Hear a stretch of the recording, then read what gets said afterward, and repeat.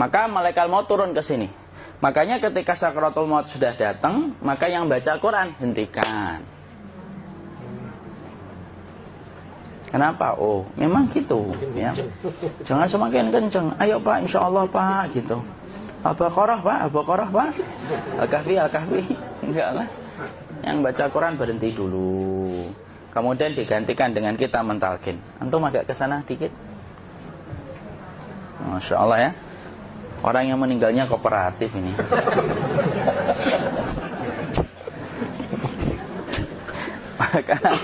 maka agak kesini ya. Maka disunahkan kita untuk mentalkinnya. Nanti ketika mentalkin jangan terlalu sering, jangan terlalu membebani. Jangan terlalu sering itu la ilaha illallah, la ilaha illallah. Tidak gitulah. Berat nanti dia ngerasakan. Di situ Imam Qurtubi juga menyampaikan, jangan terlalu sering karena itu memberatkan dadanya. Jadi ketika mentalkin, saya sampaikan, boleh diganti atau enggak Ustaz? Enggaklah, talkin itu ibadah.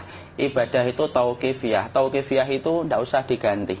Karena Rasulullah mengatakan, lakinu ala mautakum la ilaha illallah. Talkin orang yang meninggal di antara kalian dengan la ilaha illallah. Enggak usah diganti Allah Ustaz yang lebih singkat, lebih pendek.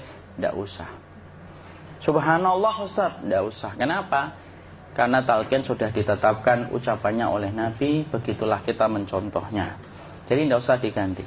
Cara mentalqin, jadi kalau keadaan sudah tenang, tolong kalau sudah sakaratul maut jangan ditinggalkan. Karena sesungguhnya pertempuran setan itu pada detik-detik kematian semacam ini. Dan betul-betul berusaha untuk menjadikan dia murtad. Nanti makanya di situ di buku nanti dibahas kan, pertempuran setan itu sampai detik-detik orang mau mati itu sudah ayo kufur, murtad aja tuh, kamu sakit kan? Nah, itu kayak gitu. Makanya jangan ditinggal. Capek gitu kok nggak meninggal gitu ya. Udah gantian mas. Dan jangan kemudian meninggalkannya. Mangkat dulu gitu. Tidaklah, janganlah. Terus ditampingi terus. Kalau bisa ya sudahlah, berikan waktunya kita untuk sementara waktu itu betul-betul berkhidmah kepada orang yang kita cintai terakhir kalinya. Cara kita kemudian mentalkin adalah, yaitu adalah di sebelah kanannya la ilaha illallah. Biarkan dia mencerna dulu, tidak usah buru-buru kemudian kita langsung nimpali lagi. Dia mencerna dulu sembari kita doakan, peluk, ya Allah dimudahkan gitu. Kalau ada orang yang bisa ngucapin la ilaha illallah, itu siapa yang memberikan itu Ustaz? Yang memberikan kekuatan Allah Pak. Karena ngomong aduh aja sudah tidak mampu. Makanya Allah berfirman dalam surat Ibrahim, yusabbitullahu alladhina amanu bil qawli tsabit fil hayatid dunya wa fil akhirah. Allah teguhkan perkataan orang yang beriman dalam kehidupan dunia dan akhirat. Dunia itu ya ketika menjelang kematiannya. Makanya dia bisa ngomong la ilaha illallah. Sebenarnya ngomong aduh aja udah gak mampu. Kalau bisa ngomong, dia pasti ngomong aduhnya dulu. Tapi Allah yang menggerakkan. Ngomong la ilaha illallah. Makanya mangkana akhiru kalamihi la ilaha illallah dakhalal jannah. Barang siapa akhir kalamnya itu adalah la ilaha illallah, pasti masuk surga. Makanya kita lagi la ilaha illallah. Dah. Cerna dulu. Enggak usah minta diburu-buru ya. Enggak usah gini. Ayo la ilaha illallah. Ayo.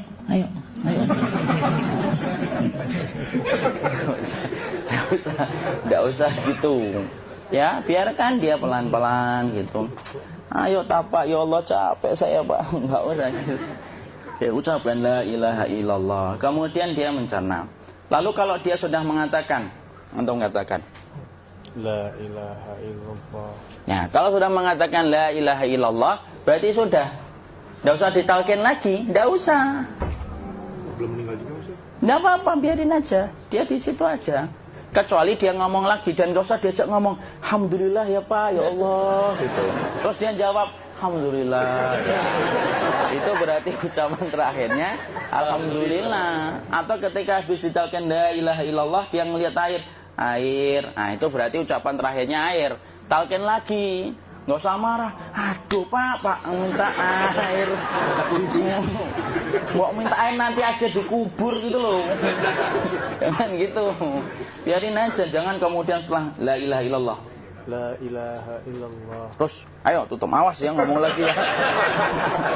Nggak usah gitu juga. Maka kemudian setelah la ilaha illallah sudah, nggak usah diajak ngomong gitu. Terus kemudian nggak usah ada anaknya perempuan, ya Allah Pak, sudah bisa ngomong la ilaha illallah, usah gitu. Cukup dalam hati alhamdulillah gitu. Diam kita dengerin gitu. Disitulah nanti biasanya detik dia terakhir. Dia nanti ngeliat di sini Pak, prosesnya itu nanti kaki langsung sebagian jempol dingin dia. Kaki, telapak kakinya langsung kalau kita geningkan dingin kayak kaki yang kena AC langsung. Kemudian dia langsung ningkup gini, dikit dia, mulai kaku dia. Atau kalau enggak, gini dia. Langsung kayak jatuh, kayak kepala nanti yang paling terakhir. Kepala itu pasti ada gerakannya Pak, ini meninggal itu. Pasti gitu. Pasti gitu. Karena apa? Sudah tidak ada beban ruh yang menahannya. Ya, cabut ya, set pelan, maka kemudian malaikat itu. Tapi tetap sakit lah. Walaupun dikatakan ringan, tetap sakit. Maka kemudian sakit gitu. Ngelewatin sini. Jantung kemudian sudah tidak berfungsi. Kemudian ginjal Pak, ngelewatin ginjal tidak berfungsi. Bapak bayangkan kan, kalau yang pernah sakit batu ginjal Pak, sepakat nggak kalau kita batu ginjal itu sakitnya luar biasa Pak? Itu baru titik batu kecil di ginjal. Kita bisa bayangkan tiba-tiba ginjal tidak berfungsi. Sakitnya kayak apa Pak? Tiba-tiba ginjal nggak berfungsi, pankreas naik, kemudian tek jantung. Jantung ini dia masih hidup dia, di sininya masih hidup walaupun jantungnya sudah berhenti. Naik. Kemudian mata, dia ngelewatin mata. Organ tubuh yang paling setia sama ruh itu mata. Maka kemudian mata dia ngelihat dia, ngelihat keluarnya, naik dia. Ya, dilihat ini sama dia. Makanya Rasulullah mengatakan innar ruha idza qubida tabi'ahul basar. Ruh itu kalau dicabut, mata itu ngikutin kemana perjalanan ruh itu. Makanya ada yang meninggalnya gini. Ya itu bukan tanda su'ul khatimah. Itu tanda fitrahnya mata ngikutin ruh. Atau kemudian bukanya sedikit. Ada yang kayak senyum Pak. Ada yang kesini yang keringetan. Nah itu tanda husnul khatimah. Ada yang senyum. Jadi sakitnya setelah selesai itu plong gitu loh. Makanya kemudian ada yang tersenyum. Maka itu tanda. Kalau kita ngelihat orang yang membuka mata kayak gini, tidak usah takut. Cepat-cepat kemudian kita nanti tutup. Biasanya kalau terlalu lama, itulah yang menjadikan ini tidak bisa ditutup. Makanya harus pakai kapas akhirnya. Karena apa? Karena pas meninggal nggak langsung ditutup. Biasanya karena perawat takut, dokternya juga nggak tahu itu, dibiarin itu. Makanya ada beberapa mata yang ditutup pakai tensoplas kan? Sebenarnya kalau langsung bisa nutup dia, fitrahnya nutup mata itu. Jadi kemudian kita baca Allahumma firlahu warhamhu wa'afihi wa'fu'anhu atau bismillah wassalatu wassalamu ala rasulillah, tutup.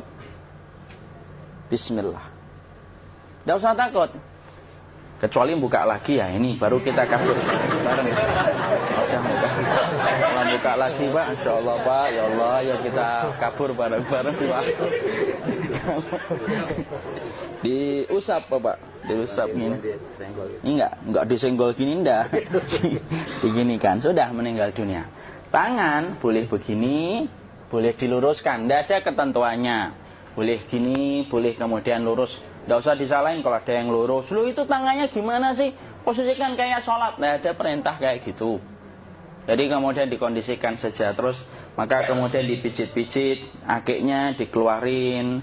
Kemudian jamnya dilepas, gigi palsunya dilepas kalau ada. Ya. Kemudian apa setelah itu? Coba buku.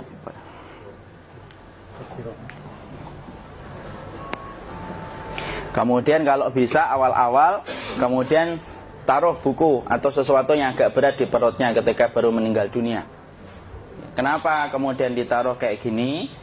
Bukan apa-apa, supaya membantu sisa-sisa pencernaan dia untuk keluar.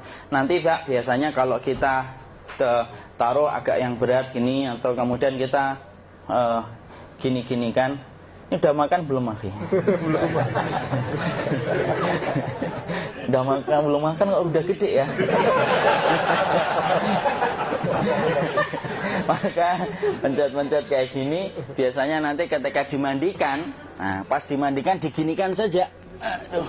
Nah ini dia sudah keluar di belakang, dia gini. Terus nanti keluar dia. Nah ini keluar langsung di belakangnya. Dan memperlakukan orang kalau sudah meninggal dunia itu yang lembut gitu. Kenapa? Inna kasra admil mayyiti kakasri admil hayyi.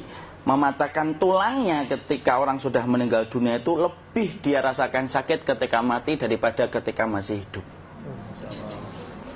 Tuh Islam itu sampai sama orang mukmin itu kalau sudah meninggal aja sampai selembut itu.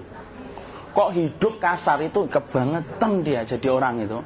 Mau sampai orang mati itu kemudian disuruh yang lembut. Kalau ada aib disuruh nutup, tidak boleh diceritain. Misalkan di belakangnya beliau ini ada tompel, gagah-gagah tompelnya gede gitu. Tidak boleh cerita, Masya Allah loh. Sampai segitunya sunnah itu ngajarin kita untuk nutup aib. Kalau ada orang belajar sunnah sukanya buka aib, nyari-nyari kesalahan orang. Sunnah yang mana dia pelajari itu saya bingung. Makanya kemudian gini, setelah selesai maka kemudian tutup dengan kain. Maaf ya akhi. Ya. Nanti kalau nggak kuat napas ngomong ya. Maka ditutup kayak gini, ditempatkan kemudian jangan di tanah tapi di atas dipan. Karena apa? Syekh Abu Malik Kamal Said Salim dalam Sahih Fiqih Sunnah menyampaikan supaya tidak cepat busuk. Dia taruh di atas. Kemudian ditutup pakai kain apa saja. Ya, sembari nanti kita mempersiapkan tempat mandinya, tempat kafannya dan yang lain sebagainya. Maka kemudian kalau ada yang datang boleh dibuka. Kemudian kita mencium ininya apa? Kemudian keningnya. Kemudian kita berdoa, nutup lagi kayak Rasulullah ditutup, kemudian yang datang terakhir itu salah satunya Abu Bakar. Dibuka kemudian beliau, ya Allah ya Rasulullah, engkau adalah orang yang percaya hidup dan matimu, dan tidak mungkin Allah itu mematikan engkau 2 kali ya Rasulullah. Maka kemudian ditutup kembali. Saat itu para sahabat dalam keadaan mendung semuanya. Maka disitulah kita lakukan kayak gini. Ditutup gini Ustaz ya. Kasihan tidak bisa nafas, insya Allah tidak butuh nafas lagi. Jadi kemudian kita semacam ini kita persiapkan apa yang bisa kita lakukan. Nah itulah proses kematian dari sakit sakaratul maut sampai kematian.